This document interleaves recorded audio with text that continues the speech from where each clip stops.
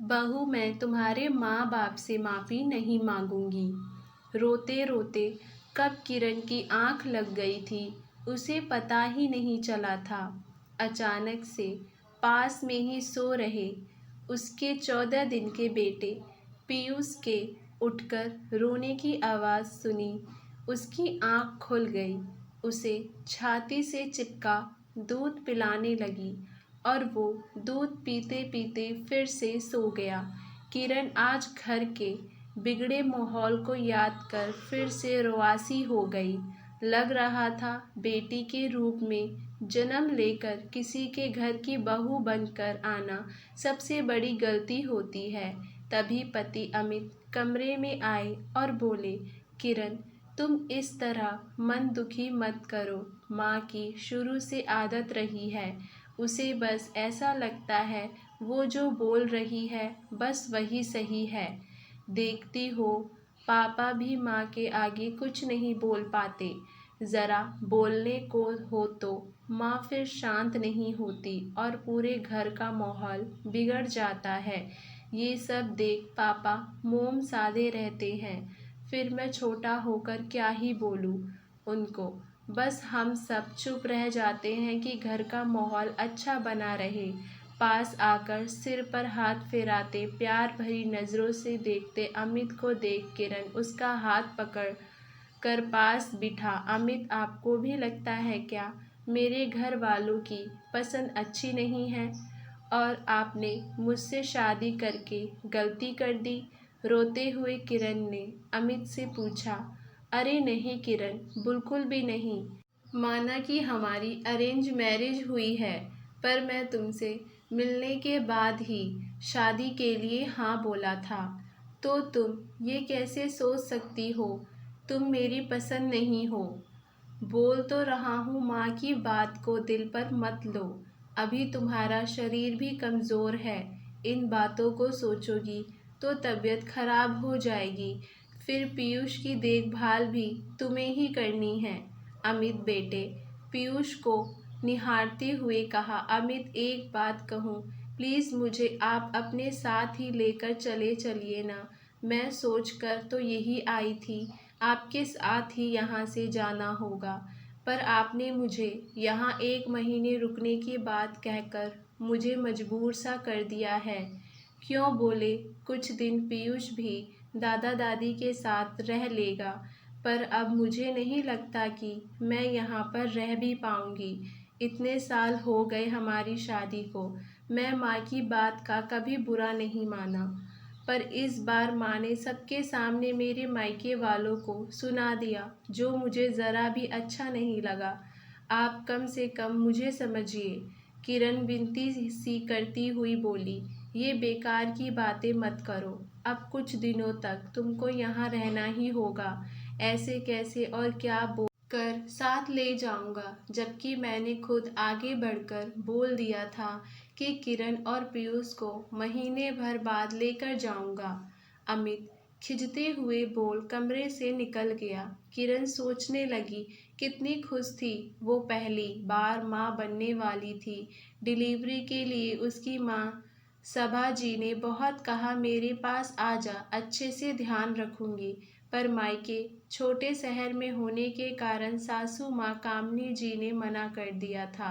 वो अपने पास आने को कह रही थी, पर अमित ने दोनों जगह जाने से मना करते हुए कह दिया कि वो इधर ही रहेंगे, क्योंकि इस शहर में दोनों जगहों से ज़्यादा अच्छी सुविधा है। क्योंकि कोई भी दिक्कत हुई तो डॉक्टर तुरंत मिल जाएगा। भगवान की दया से नॉर्मल डिलीवरी हुई और बेटा भी स्वस्थ ही था। सब बहुत खुश थे। तब कामनी जी ने कहा, बहू बच्चा तो वहाँ हो गया, पर छठी का आयोजन यहाँ हमारे पास ही होगा।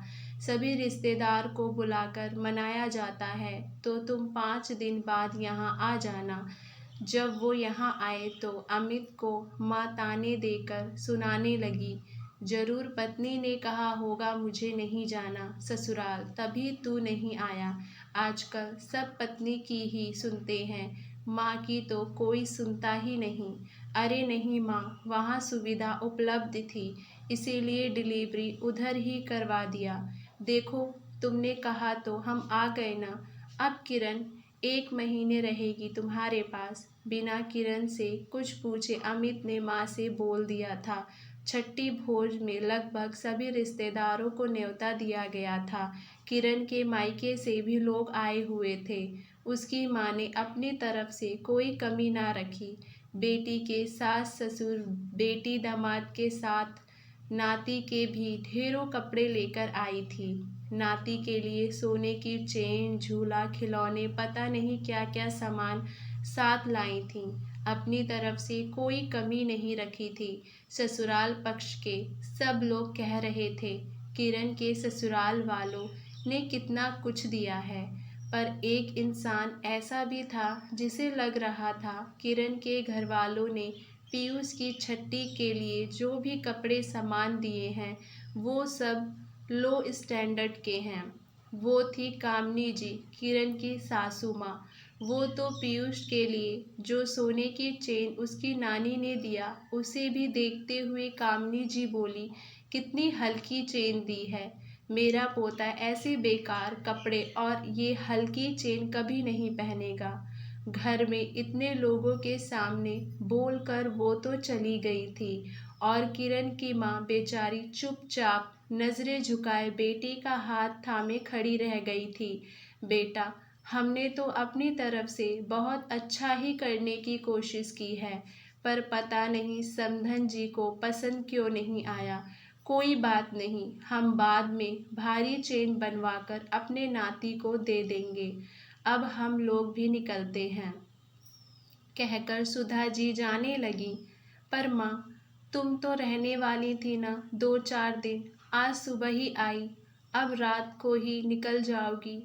2 दिन तो रुको ना, किरण माँ को रोकने के लिए बोल रही थी। पर सुधा जी, वो अब वहाँ कैसे रुक सकती थी जहाँ उन्हें बेइज्जती महसूस करा दिया गया हो। माँ के जाने के बाद से ही किरण का मन बहुत दुखी हो गया था और वो कमरे में जाकर रो रही थी। 4 से 5 दिन बाद अमित भी चले जाएंगे। मैं यहाँ कैसे रहूँगी? कभी रहने का मौका भी नहीं मिला था। जब भी यहाँ आती थी दोनों साथ आते और साथ चले जाते थे। पहली बार पीयूष को लेकर उसे रहना था, वो भी 1 महीने के लिए। ये सोच सोच कर ही किरण की हालत खराब होने लगी। किरण को अभी कुछ दिनों तक कोई काम नहीं करना था। वो बस अपने कमरे में ही पड़ी रहती थी और पीयूष की मालिश ये सब करती रहती। आज उसकी मौसी सास जाने वाली थी तो वो किरण से मिलने कमरे में आई। पोते को देखकर कुछ पैसे देते हुए बोली, बहू, मैं जो कपड़े लेकर आई थी वो नहीं दे सकती, इसलिए पैसे दे रही हूँ। तुम मेरे पोते के लिए कुछ अच्छा सा खरीद लेना। मौसी सास ने कहा, ये आप क्या कह रही हैं मौसी जी? बस अपना आशीर्वाद दीजिए इसे और जो कपड़े आप इतने प्यार से लेकर आई हैं वही दीजिए। पैसे की कोई ज़रूरत नहीं है। किरण अपनी मौसी सास से बोली, अरे नहीं बहू, तेरी सास को कहाँ पसंद आएंगे वो कपड़े। जब तेरी माँ शहर से इतना सारा और इतना अच्छा सामान लेकर आई वो तो उसे पसंद नहीं आया। तो हम तो गांव से आए हैं, उधर के कपड़े कहाँ तेरी सास को पसंद आने वाले हैं। बस तू अच्छा सा कुछ ले लेना, कहकर पोते को प्यार से निहारते आशीर्वाद देते हुए मौसी सास जाने को मुड़ी ही थी कि सामने किरण की सासू माँ कामनी जी की नज़रें झुकाए खड़ी थीं। जीजी, मुझे माफ़ कर दो, मैं तो सोच भी नहीं सकती थी मेरी कही बात मेरी अपनी बड़ी जीजी के दिल में इस कदर चुभ गई है कि वो मेरे पोते के लिए अपने साथ लाए कपड़े देने में झिझक रही है। आप वही दो जीजी जो आप प्यार से लेकर आई हैं, मेरा पोता जरूर पहनेगा। किरण की सास कामनी जी ने कहा, देख छोटी, मैं तो तेरी बहन हूँ, मन को कोई बात चुभ भी गई तो निकाल लूँगी। वैसे भी तेरे पास किसी फंक्शन में ही आना होता है, तुम हमेशा ऐसे ही करोगी तो हो सकता है मैं भी ना आऊँ, हो सकता है तुझे उससे कोई फ़र्क भी ना पड़े, पर ये तो तेरी बहू है और इसके घर वालों का सम्मान करना तेरी जिम्मेदारी। अलग कल को किरण अमित से तुम सबके लिए बुरा बोलने लगे तो ना अमित बर्दाश्त करेगा ना तुम लोग। फिर इसके घर वालों के लिए इसके सामने ही बुरा बोलकर अपनी बहू का दिल दुखाकर तू कैसे उम्मीद करती है कि वो तेरा सम्मान करे। वो तो बहू का बड़प्पन है जो कुछ ना बोली, और मैंने तो इसकी माँ को जाते वक्त देखा, बेचारी आंखों में अपमान और आंसू लेकर तेरे यहाँ से गई है। और जो किरण तेरे पास रुकना चाह रही थी वो भी तेरे व्यवहार से डर कर जाने की सोचकर अमित से विनती कर रही थी। वो तो मैं उस दिन बहू की आंखों में आंसू देख मिलने आ रही थी, तभी दरवाजे पर दोनों की बातें सुनकर रुक गई। अभी भी वक्त है, संभल जाओ।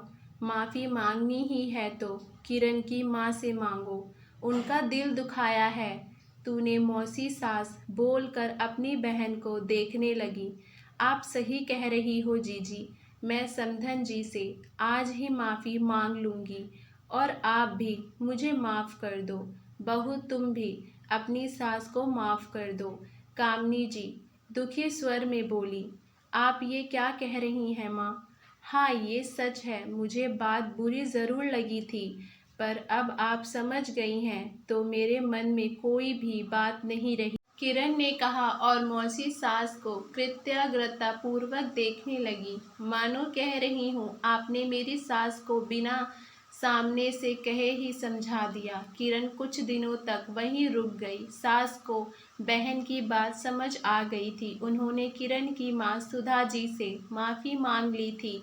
समधन जी, हर बेटी की माँ अपनी तरफ से सदा अच्छा ही करने की कोशिश करती है, कभी कुछ कमी रह जाए तो आगे से बोल दीजिएगा। माफ़ी की कोई ज़रूरत नहीं है, बस मेरी बेटी को अपनी बहू बेटी मान प्यार दीजिएगा। सुधा जी ने कहा, बिल्कुल समधन जी, अब ऐसी गलती नहीं होगी, बस आप माफ़ कर दीजिएगा। कामनी जी ने कहा। सुधा जी ने मन ही मन सोच रही थी, बेटी की माँ को कब नाराज़ होकर रहते देखा है। बेटी की खुशियों की खातिर अपमान का घूंट पी जाना पड़ता है, और दामाद की माँ माफ़ी मांगे ये तो कभी होता नहीं। फिर भी समधन जी माफ़ी मांग रही हैं तो बात यही ख़त्म कर रिश्ते सुधारने में ही समझदारी है। और सुधा जी ने कामनी जी को हंसते हंसते माफ़ कर दिया। जो भी गलतफहमी थी सब दूर हो गई। जो रिश्ते भविष्य में बिगड़ सकते थे, उसी बिगड़ते रिश्तों को मौसी सास ने अपनी सूझबूझ से संभाल लिया था। दोस्तों, जो एक माफ़ी से जल्द ही सुधर गए, नहीं तो ये घुन की तरह रिश्तों को अंदर ही अंदर खोखला कर जाते हैं। उम्मीद करती हूँ आप सभी लोगों को हमारी ये कहानी पसंद आई होगी। आप लोगों की इस कहानी को लेकर क्या राय है, हमें नीचे कमेंट बॉक्स में अपनी राय ज़रूर बताइएगा, और हमारे चैनल वाणी वॉइस को लाइक शेयर सब्सक्राइब कर